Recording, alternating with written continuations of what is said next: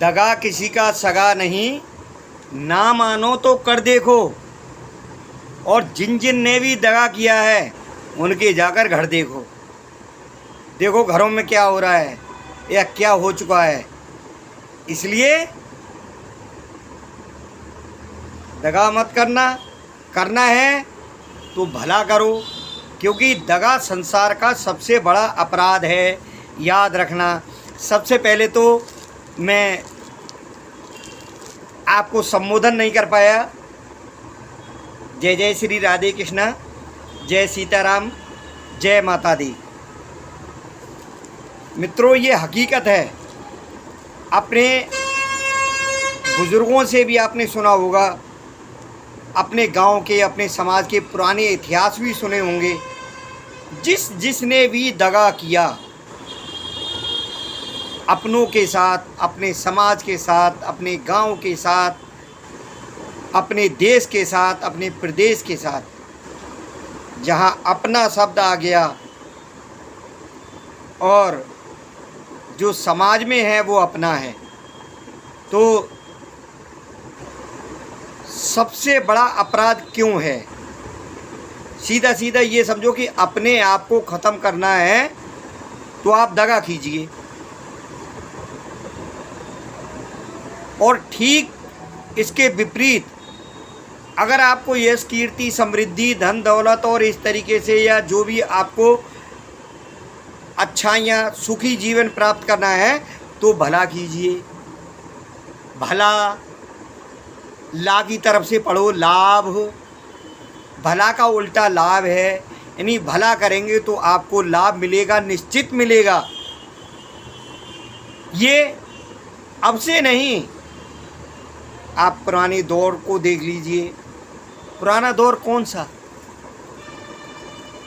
देखिए, वैसे तो सतयुग, त्रेता युग, द्वापर युग और अब है कलयुग। सबसे श्रेष्ठ सतयुग बताया गया है। उसके बाद त्रेता युग। त्रेता युग में भगवान राम हुए थे और द्वापर में भगवान श्री कृष्ण हुए थे। श्री कृष्ण वाला जो युग था उसमें अनेकों संशय सामने आते हैं, लेकिन जो राम जी का युग था, त्रेता युग था, उसमें संशय कम है। भगवान कृष्ण गंदे नहीं थे, अच्छे थे, लेकिन एक आम इंसान के लिए जिसको ज्ञान नहीं है,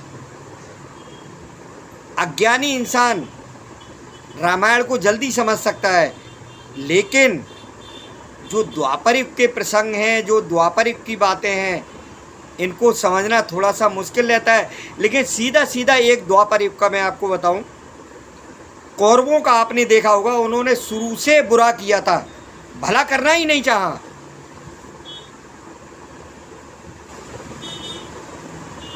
यहाँ तक कि जो दुर्योधन और दुशासन के पिता थे, आंखों से रोशनी भी नहीं थी, उसके बाद भी उनके अंदर जहर भरा हुआ था, भतीजों के प्रति, भाई के प्रति। जबकि पांडवों के अंदर ऐसा बिल्कुल नहीं था। और कौरवों के बारे में आपने एक नहीं अनेकों प्रसंग देखे होंगे। अगर आपने टीवी में महाभारत वगैरह देखा है, नहीं देखा है तो और भी सीरियल वगैरह में देखने को मिला होगा कि किस तरह से भीम को बहती हुई नदी में डुबोने की और बहाने की कोशिश की थी। पांडवों को किस तरह से परेशान किया गया था, लेकिन वो सत्य पर चलने वाले थे, भला करने वाले थे। और भला करने वाला, सत्य पर चलने वाला इंसान, मानते हैं परेशान हो सकता है, लेकिन पराजित नहीं। इसलिए भला करते रहें। लोगों की दुआएं, आशीर्वाद, इनका बड़ा महत्व होता है जीवन में। वो लेने की, बटोरने की कोशिश करें। क्योंकि जो जीवन की सांस है, शाम को हम घर पहुंचेंगे या नहीं पहुंचेंगे इसका कोई ठीक नहीं। घर से निकल रहे हैं, निकलने का पता है। जो कड़वी सच्चाई है, हालांकि इंसान तो उसका बस चले तो वो 200 साल का इंतज़ाम करके चले, और चलता भी है। ठीक है, वो करो, लेकिन जो हमारा एक मानव योनि में जन्म लिया है, लड़ने के लिए, भिड़ने के लिए और एक दूसरे का खून पीने के लिए जानवर की योनि बना रखी है ऊपर वाले ने। हम इंसानों को कैसे भला किया जाता है, कैसे परोपकार किया जाता है, कैसे दूसरों के दुखों को बांटा जाता है, दूसरे के दुख में कैसे शरीक हुआ जाता है, तो ये सब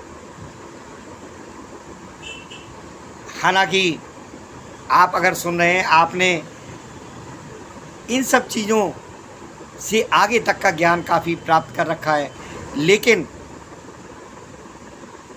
हम अगर अच्छी प्रेरणा लेने की कोशिश करते रहते हैं तो हमारी इच्छा ये रहती है कहीं ना कहीं अगर हम भटक रहे हैं। देखिए, हमेशा जब तक जीवन है तब तक प्रेरणा की आवश्यकता है।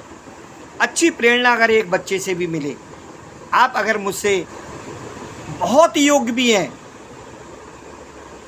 अति श्रेष्ठ योग्य भी हैं, तब भी पता नहीं कौन सी ऐसी बात मेरी ज़ुबान पे आ जाए।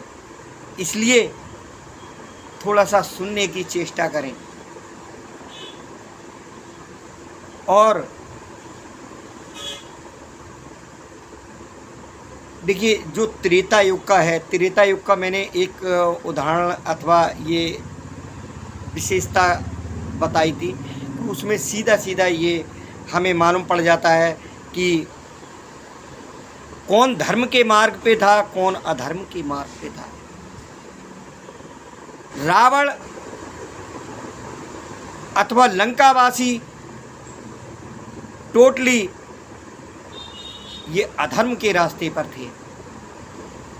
उन लंकावासियों के अंदर एक जो भक्त विभीषण की जो टोली थी, टोली में क्या गिने चुने जो भी 2-4 लोग थे, जो कि लंका छोड़ करके प्रभु की शरण में आ गए थे। वो धर्म के मार्ग पर चलने वाले थे। और जो रावण का कुल तो नहीं कह सकते क्योंकि रावण कुल में विभीषण भी थे, तो बाकी लोग जो थे वो टोटली सरासर एकदम अधर्म के मार्ग पे थे। और अब कौरव कालीन अथवा कृष्ण युग की बात करें, द्वापर युग की बात करें, तो उसमें देखिए एक तरफ पांडव सेना के लोग, दूसरी तरफ कौरव सेना के लोग। हमें दिखाई दे रहा है कि कौरव सेना अधर्म का साथ दे रही है और पांडव धर्म के मार्ग पर चल रहे हैं।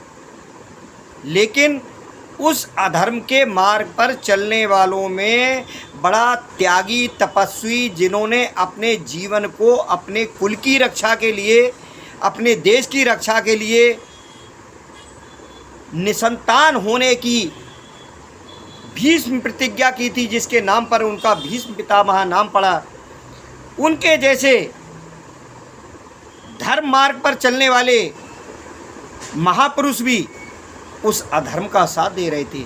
और जो अधर्म का साथ दे रहा है वो खुद अधर्मी हुआ, वो खुद विधर्मी हुआ। एक हमारे जैसे साधारण इंसान की सोच में, बाकी उसके साथ में मर्यादाएं जोड़ दी जाती हैं, मर्यादाएं, और बाकी कुछ मर्यादाएं थीं, लेकिन ऐसी मर्यादाएं गई भाड़ में। आज के समय के हिसाब से, आज के ज्ञान के मुताबिक ऐसी मर्यादाएं गई भाड़ में कि अगर एक स्त्री को निर्वस्त्र किया जा रहा है और वो बुजुर्ग अथवा उस एक सभा के मुख्य, सभा के ही मुख्य नहीं, उस कुल के मुख्य कुलगुरु द्रोणाचार्य भीष्म पितामह अपनी आंखों से देखते रहे। वो सब छोड़िए, पांडवों के साथ कितने छल किए गए, उसके बाद भी भीष्म पितामह ने और कुलगुरु द्रोणाचार्य ने पांडवों से युद्ध क्यों किया? आखिर को वो भी मृत्यु की शैया पर सोए, क्योंकि वो अधर्म से जुड़े हुए थे। तो हमें बहुत ज़्यादा ज्ञान तो नहीं है, लेकिन इतना ज़रूर है कि हाँ, जहाँ अधर्म है वहाँ से हट जाओ, जहाँ धर्म है वहाँ जुड़े रहो। क्योंकि जो अधर्म की नाव है, जो दगा करने वालों की नाव है, वो निश्चित रूप से डूबती ही डूबती है। कोई रोक नहीं सकता, कोई बचा नहीं सकता। और दगा करने वालों के आप इतिहास उठा करके देख लीजिए, उनके पन्ने पलट करके देख लीजिए, अपने गांव का इतिहास पूछ लीजिए, अपने समाज का इतिहास पूछ लीजिए। आज तक जिसने भी दगा किया है उनकी तबाही हुई है, उनकी लुटिया डूबी है। इसलिए दगा से बचें और जितना संभव हो धर्म के मार्ग पर चलें, भला करें, परोपकार करें। इसी के साथ जय जय श्री राधे कृष्णा, जय श्री सीताराम, जय माता दी।